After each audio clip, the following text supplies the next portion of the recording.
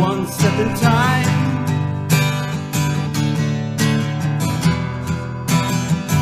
One step in time.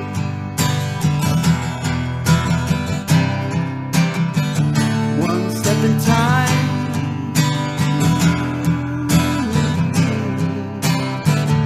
One step in time. Hey everybody, this is Mike from A to Zen. I am sitting down here with a new friend, Johnny Marral. So Johnny's been coming into A to Zen, kind of a newbie. You really haven't been coming consistently up until as of late. What's drawing you in? How come you? I'm coming into A to Zen to get inspired. Get inspired? Yeah, I want to meet people and musicians that will inspire me to the next level. Wow. Are you finding that here? Yeah, so far so good. I'm finding it. I'm meeting a lot of really interesting people and interesting songwriters that are really giving me a lot to listen to. Nice. Music-wise, and a lot of inspiration from there is coming from that. So it's evolving into my own style, my music. Your music's good too, by the way. Yeah, it is. Thank I hope Yeah, you sound really good, man. Very good. And it's really meaningful to John and I that you say what you're saying about here, because that's something it's not something you can really calculate to aspire to, but I'm glad somebody can find inspiration here. It means a ton. That's a lot of what we Everyone's welcoming, and right when you come in the door, and you can just point out someone to talk to, and they're very friendly. Except for me, I'm not very friendly. Except for you. And John. We're the meanest one out of them. We had to 86 somebody last Friday. Oh, really? Yeah, it's not common, but it happens. So, you brought in some pictures you're doing. You're a photographer as well. I'm looking at, and you're actually doing film. I'm doing a little bit of film right now. Yes. These are great. Yeah, and that's only from one roll of film, pretty much. Where's this one? That's in Folsom Lake. Oh. You know where Johnny Cash wrote Folsom Prison I Blues? I do. Oh, we are very familiar with Folsom. Yeah, we are. I actually spent a long time in Sacramento. I did my high school years in Sacramento down by Folsom. These are great pictures. Yeah, I picked them out of the bunch.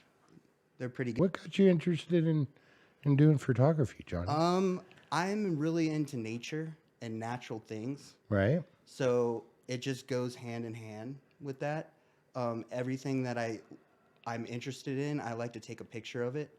So I'm interested in like flowers. I'm interested in the desert, the natural nature around Nevada, wild horses, Right.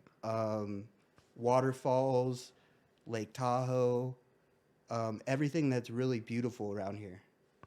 There's so much around here. Yeah. I was born in South Lake Tahoe, and we get people that come in and they're visiting Tahoe and they're talking about how beautiful it is, and you get to where you take it for granted. You don't realize it. The beauty that is in your backyard. You have to really spend time out there.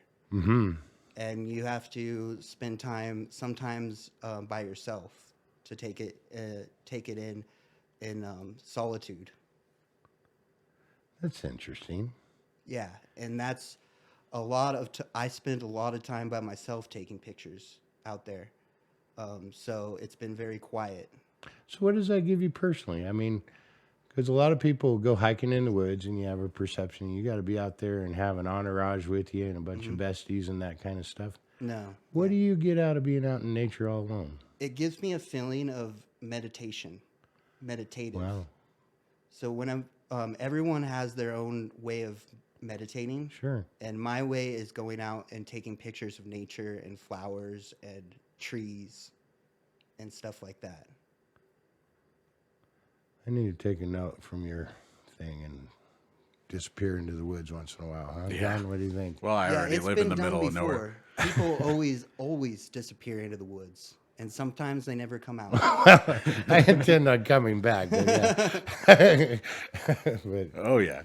You know, I haven't gone out into hiking in the woods in way too long. I think I need to do that. I think you should, Mike. Yeah. I get like a toddler. I've been kind of moody this week. Ask John. I probably need the self-reflection. Start out slow and work your way up.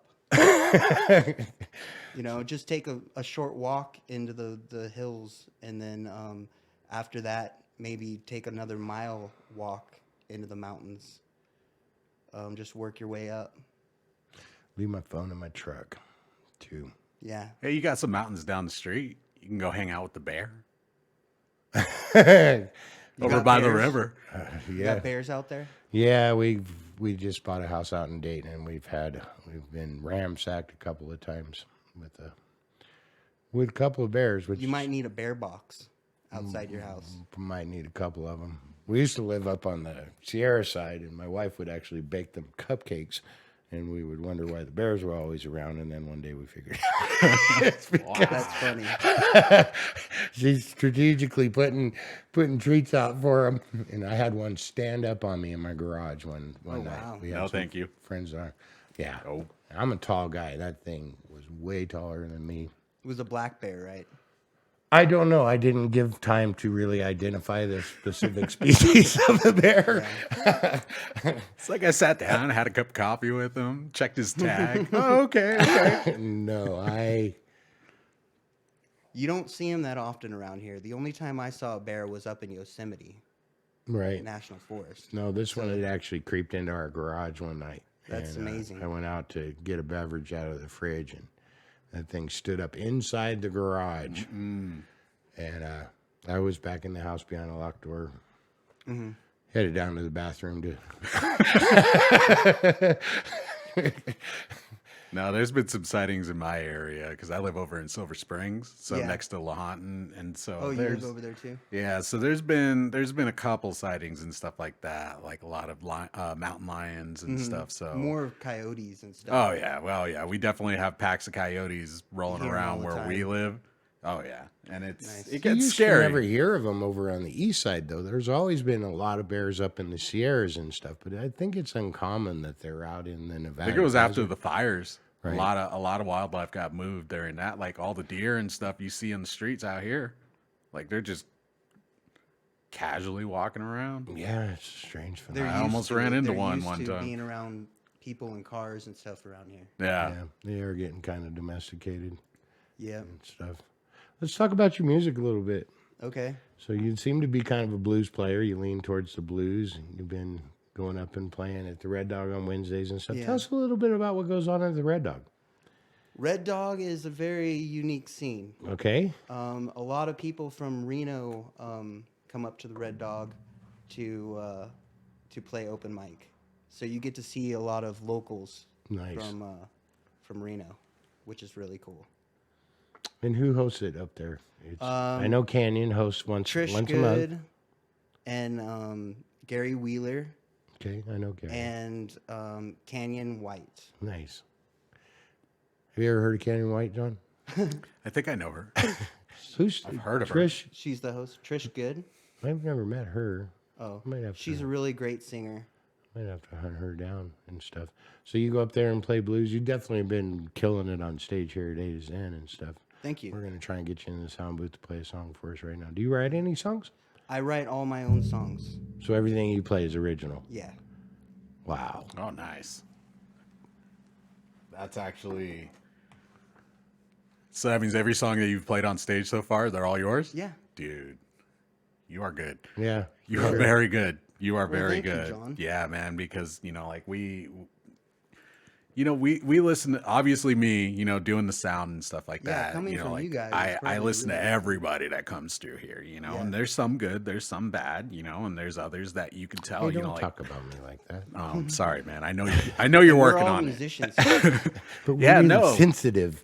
and that's the thing, like when you talk about being inspired by people that play on stage, I get the same way, like I get home at 12 o'clock, 1 o'clock in the morning, and first thing I do is grab my guitar and I just start, strumming some tunes, going through some chords, because, like I just went through 4 hours of watching other people doing it on stage. Now Yeah. I kind of want to do it. Exactly. And so I That's just that go home feeling and practice. that I was talking about. The Yep. inspiration. Yeah, that you no, get from I being get it a there. lot, and that was one of the things that drew me here. You know, is And it that keeps being you coming around. back too. Yep. And now he can't get rid of me. It's true. Nice. He's like a growth. I've been to the doctor, see if I can get it removed. But it's a good growth, man. Have you been working here for a while, John? I've been here, pretty much been blessing Mike's presence for the last 2 years. Nice. Part time at first. Now I'm here almost as much as him. He's like a feral cat. He wandered in one day and he just won't leave. He just kind of came in, made himself at home, and It's not my fault you have all these cool toys. We love cats. nice. You got any questions for Johnny? Nah, man, just keep it up, man. You know, you say you're looking to get inspired around here. You know, I'm pretty sure you're inspiring people too. You know, because I'm not too familiar with blues music and, stuff. So I can only name like a handful of artists. But the fact that you went up there and all your songs are yours, I thought you were doing covers and stuff. So it's like, all Well, right, maybe I yeah, should you say got something that going they're on. original songs before I sing Yeah, them. man, let people know. Like, just announce them and just be like, oh, okay, this is an original song that I wrote. Yeah. And then, that's pretty cool, man. You're doing a good job, and Thank you. just keep it up. That's awesome. We're working on a project right now, which is volume 1 of a Friends of the Zindan CD EP release, where we're taking some of the regulars that come to open mic and they're letting us record one of their original songs and publish it on this particular kind of like a compilation type CD. Wow. We want to probably see if you're interested in being Really? in volume 2. We're already midway through volume 1. Does this have to do with religion or anything? No. No. Why? No. Just wondering, because I saw an advertisement on Facebook for a big tent revival. Yeah, I'm That actually. was kind of a Christian worshiping music, wasn't it? It's. I don't know what that's going to be, and I don't even know that the people that are putting it together. Lee Kennedy approached me with the idea of he's like, hey, let's do a showcase, but let's do a. And we just didn't have a word for it. He came in and talked to me, and he goes, let's do like a big tent revival kind of thing. And so I'm going to play, Lee's going to play, Elise is going to play, Kane's going to play. I guess I have no idea what's going to happen, to be honest with you. It's the first time we've done something like that. In basic conversations I'm having with everybody in current geopolitical climates, post-pandemic, all of us are aware that we definitely need a fresh connection to God, and that we're all a little tired and a little fatigued. And so Lee Kennedy's kind of running. Everyone's really spiritual around here. It seems like, Yeah, I guess, but not in because a. I mean, it is the A to Zen, right? Yeah, I guess so. Yeah. And Zen has to do with something that's very spiritual. Absolutely. Humans, like it or not, whether you admit it or not, are connected. Even your conversations about getting out and connected to nature is a form of spirituality and religion. And so, you get down to the crux of That's everything. true. I think just about everything is a spiritual act. But, I'm glad you brought up the big tent revival that we're doing at the end of May. And Yeah, I'm turning into a pretty big fan of A to Zen. well, thank you. Thank you. I'm glad. So I don't know if I'm the only one or what. No, we have a few fans, like the people that keep coming back. Yeah. And that, this is a very unique place. It's not every day that you go to a thrift store and then all of a sudden, like, wait, is that a stage? And then all of a sudden, is there a studio? yeah, You ask yourself and these so questions, but you never see the studio. yeah, it's just, it's a place, sometimes it's indescribable, but for the most part, to me, it's like home, and it feels like home, and, Mike's made it cozy That's for awesome. everybody to have that feeling. I always get kind of reluctant though to say, is there fans of A to Zen or something like that? Because it's, like what makes open mic is everybody that comes. it's not that we're doing. It's the collective conglomeration of everybody that's there that makes it what it is. If you Makes it happen. Yeah. right, and so it's not some calculated effort or anything. It's just kind of grown into being that. And that's all the people that are up on stage are the people that inspire me Wow, mostly. that's cool. Thank you for sharing that with us. That means a lot problem. to John and I. We're gonna strap you in a stool in our little sound booth and see if you can get you to play a couple of your original songs for us. And Okay. do you have any questions for us before we wrap up, Johnny? No, I'm pretty good on questions, I guess. All right. Sounds good. Are you gonna be playing at open mic this coming open mic? Maybe. Because I noticed that every open mic you pretty much play at towards the end. I do that because we get such a strong sign-up sheet, and I don't want to take someone else's spot. Oh, that's sweet. Well, that's the only reason I actually do that sometimes is, I mean, we put out a sign-up sheet about 6, and it's usually about 15 people deep by about 6:15, and we're going to be rolling until 9:30, Yeah. 10 o'clock. And I kind of do that because I just don't It's want like you're a little bit multi-talented What do you mean by that? because you, on one hand, you have this store and you do all this video editing and stuff, and then on the other hand, you're just like everyone else, and you get up on there and you play music. Yeah, but I'm just like everyone else where I'm really shy and this and that. So I get up at the end when everybody's gone so I don't have to deal with the fear of playing in front of people. Oh, good. Yeah, don't let him I'm fool you. shy, He too. can play in front of a group of people. He's good. But most of why I go at the end of the night is because it just feels inappropriate sometimes to take a spot that somebody that signed up couldn't take. And so I generally kind of just wrap up the evening. I'll play in the middle of the evening once in a while if it's slow. But That's cool. Or sometimes I he enjoy just- listening to everybody up there. Yeah, there's sometimes where he'll start, like we'll do a sound check, like especially nights where Canyon's going to be gone. I'll just get Mike to get on stage and do a couple sound checks or whatever. And then he ends up just rolling into a full set, does 3 or 4 songs. And then, all right, I guess we could start open mic now. here we go. Yep. All right. Have you ever recorded from a sound booth No, in the I have studio? not. Well, this will be a new experience for you. We're sure Yeah. glad you came. Yeah. I'm glad you spent the time coming and get to know us. And thanks for being here. Thank you, guys. Yeah. No, thanks.